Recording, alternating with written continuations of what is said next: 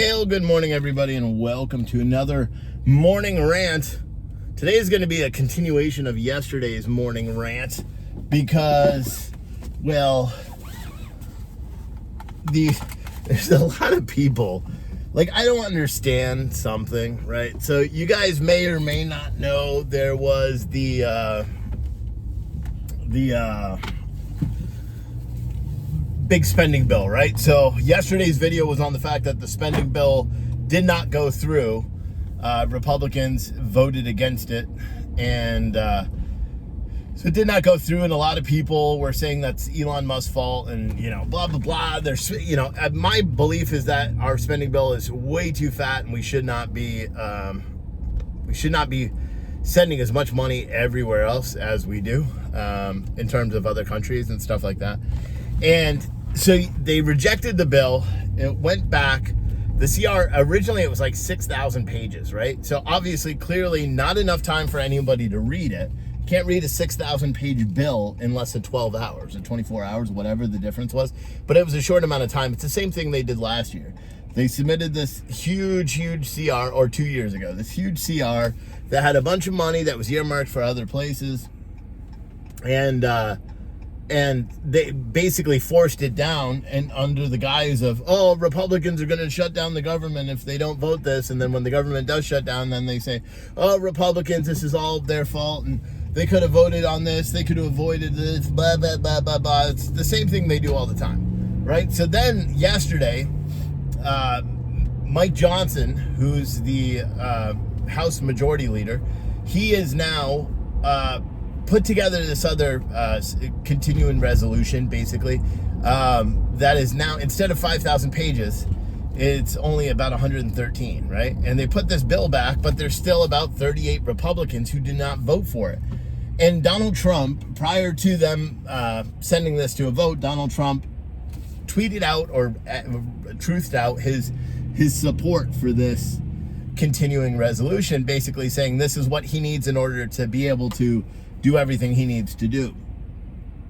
But these Republicans that voted against it decided to vote against it purely because it literally raises the debt spending limit and it extends it, and it costs $5 billion or $5 trillion more than what the initial continuing resolution did, which is absolutely insane. And these guys are all being fiscally conservative and saying, hey, listen, we don't need that much money. We don't want to raise the debt ceiling. We don't want a continuation of the past 4 years.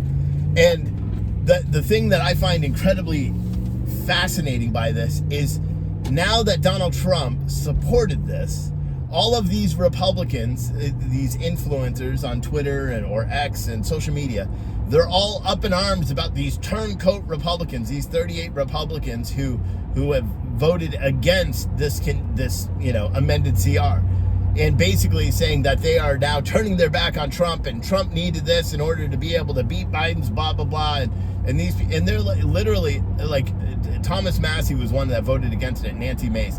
Or I forgot I think it's Nancy Mace. They both voted against it. They're both big Donald Trump supporters. And Chip Roy voted against it as well. So everyone's attacking all these Congress people, and they're literally like, guys, this raises the amount of money that we spend, which is the whole object of trying not to do that. We're trying not to spend as much money. We're trying to slim the federal spending down so that we're able to continue, this great country. Because here's the thing, if you keep spending, we have to borrow the money. It's not all here. One, we either raise the taxes on everybody, or we're borrowing money from other countries. It's so stupid, so dumb. And not a lot of people understand. So apparently, if they don't reach a debt spending deal today at 11:59 p.m., the federal government will shut down. And of course, all these Democrats and some Republicans are super into the fear mongering. They're basically saying if the government shuts down, Christmas travel is over. This is going to be a horrible Christmas, and nobody's going to be able to do anything, and the government's going to shut down, and therefore, planes will shut down, everything will shut down, nobody's going to be able to work. That's literally what they're saying, as an attempt to completely and utterly fearmonger and try to get people to push this rulemaking into play, it's so crazy, dude. It's so insane. Because politics it's so divisive, and it doesn't even matter if you're a conservative or Republican. It's still extremely divisive all the time. This guy's probably watching me make a video. Unbelievable. But yeah, so it's crazy. But that's your latest update there. The United Healthcare assassin has been transported, and I don't understand the photo op, I'll be honest with you. The guy that killed the United Healthcare CEO, the Luigi Manfredi or whatever his name is, I don't know. Manfredi is from Dwight Manfredi and Tulsa, the show on Paramount, which is a really good show. But I forgot what Luigi's last name is, but apparently he killed him for whatever reason, and then went on the lam, and he got caught at McDonald's, of all places. And the NYPD just flew him back yesterday and did this huge presser, right? So they had the NYPD's tactical response unit there, walking with, assault rifles, or, semi-automatic rifles, but we'll call them assault rifles for the liberals.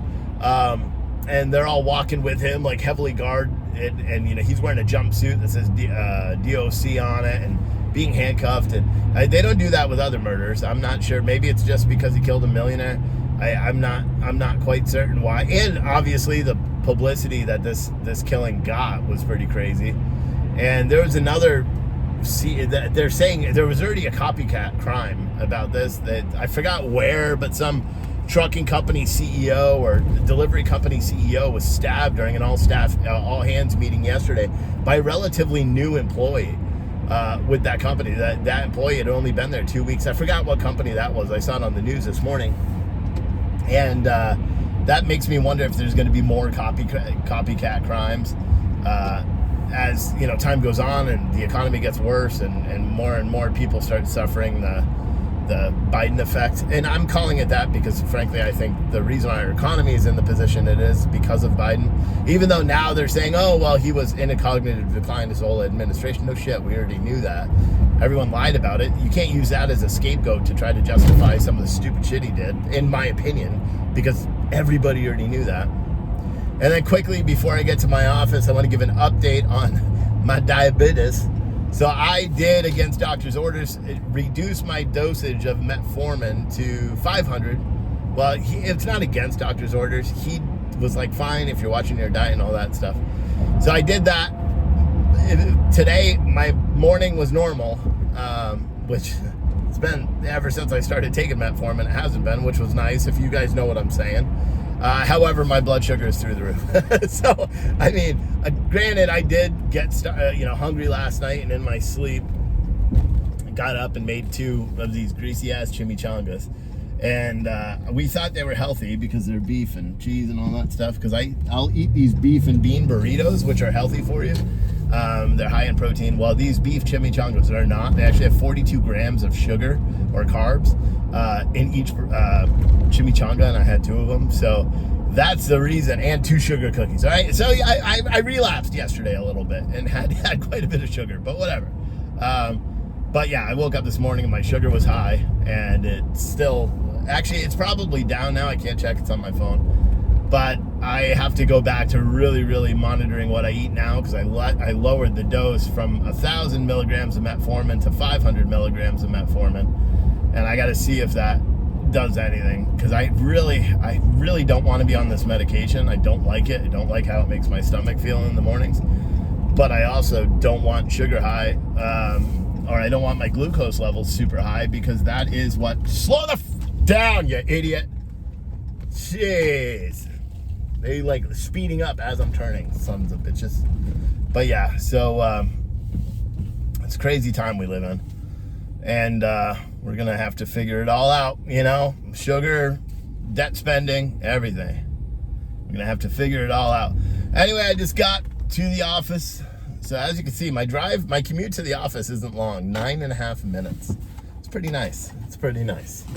But yeah. All right, guys. We'll see you later. I'll upload this video right away. I hope everyone has a great holiday. I'm not quite sure. I'll probably make videos next week as I'm driving to and from the gym and to and from the office, because My kids are off, but I'm not. But anyway, I will talk to you later. Make sure you leave a comment on this video if you're watching on YouTube. It helps the algorithm. Make sure you share it out too. How about everybody that's watching this video on YouTube goes to your social media and shares this video? Challenge? Are you going to accept said challenge? And say, hey, you got to watch this guy. He's super awesome. All right, bye.